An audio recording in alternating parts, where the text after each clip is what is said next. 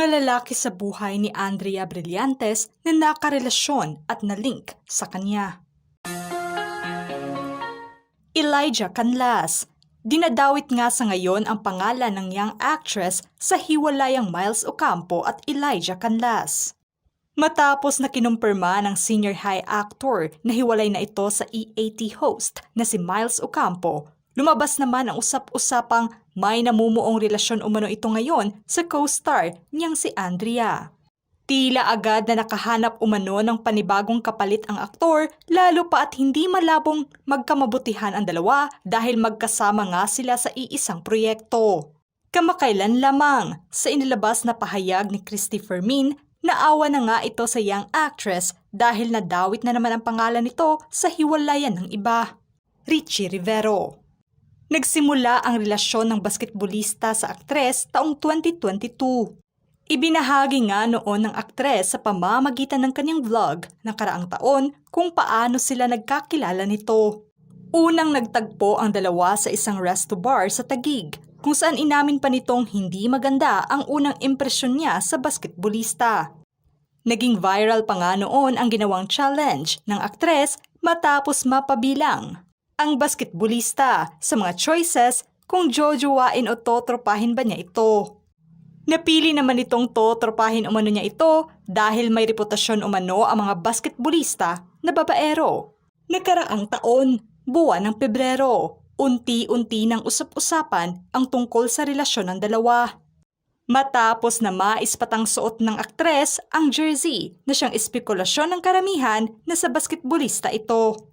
Samantalang naging opisyal naman ang relasyon nila ilang buwan lamang matapos ang usap-usapan kung saan viral nga ang mga kaganapan ng official date nila sa mismong basketball game ng basketbolista.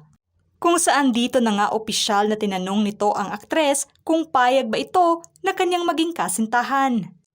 Walang paligoy-ligoy at matunog na yes ang natanggap nito. Nasundan pa ito ng isa pang viral proposal ng aktres sa mismong Korean girl group Blackpink concert sa Philippine Arena.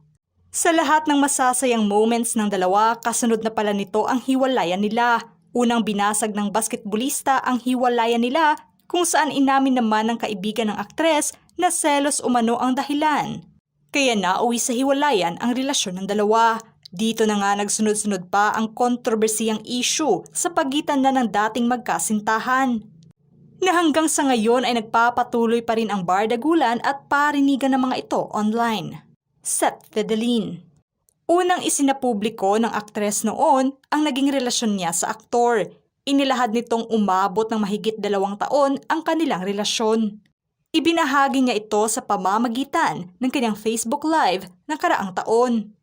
Napagdesisyonan nitong ibahagi sa publiko ang relasyon nila na siyang inamin naman niyang taong 2021 pa sila naghiwalay at sa pamamagitan ng kanyang naturang live ay mabigyan niya ito ng closure at mabigyang linaw ang mga peking balita.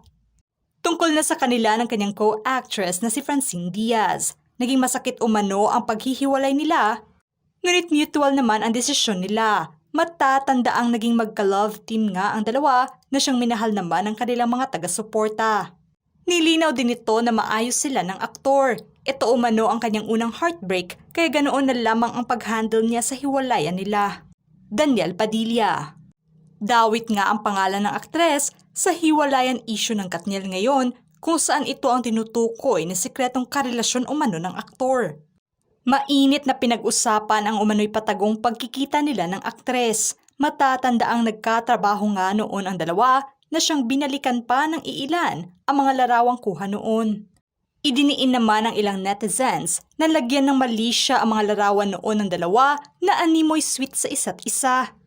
Hanggang sa pagsulat ng artikulong ito ay nanatiling tikom ang bibig ni Andrea sa isyung ito, samantalang ang aktor naman ay walang direktang sagot sa ugnayan nila ng young actress. Sa kabila man ng mga pagtatanggol at pahayag ng mga kaibigan at pamilya ng Katniel, ay marami pa rin ang naniniwala na posibleng may relasyon talaga ito sa young actress. Kyle Echari. Deretsahang inamin ng aktres na bukas itong makadate ang kadenang ginto co-star na si Kyle Echari. Matagal na ngang binibiro ng mga tagahanga ng dalawa na magkaroon sila ng relasyon. Agad namang nilinaw ng aktres na sa ngayon ay pass muna ito. dahil kababalik lamang nila sa isa't isa bilang magkaibigan. Matatanda ang marami ang kinilig sa larawang ibinahagi ng aktres kung saan kasama niya ang aktor. Ito'y matapos na ilang taon din silang hindi nagkita.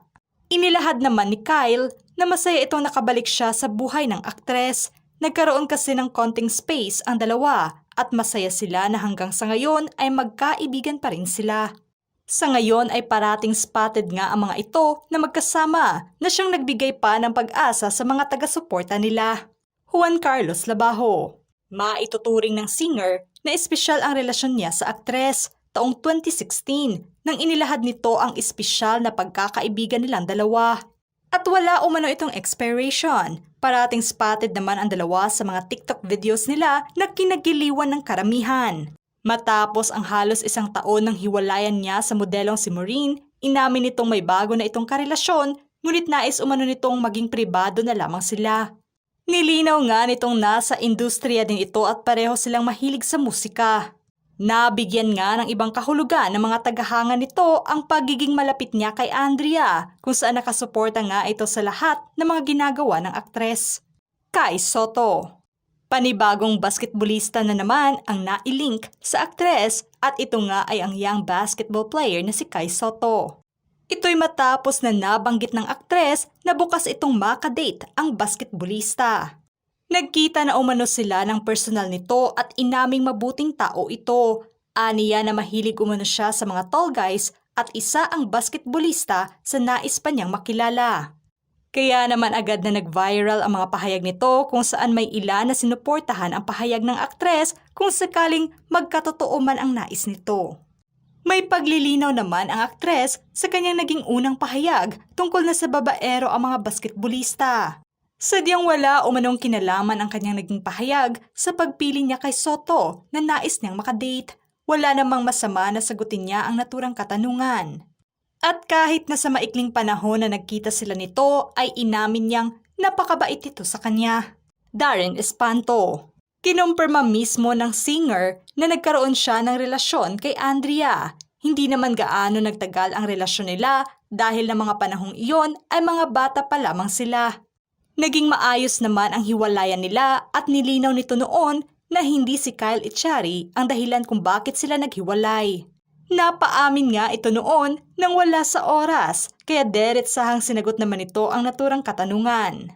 Sa ngayon ay nanatiling magkaibigan pa rin sila ng aktres at masaya ito na isa ito sa mga dating kasintahan niya na nanatiling kaibigan pa rin niya hanggang sa ngayon. Mga ka-showbiz peeps, kayo, ano ang say nyo sa paksang ito? Write your comments down below.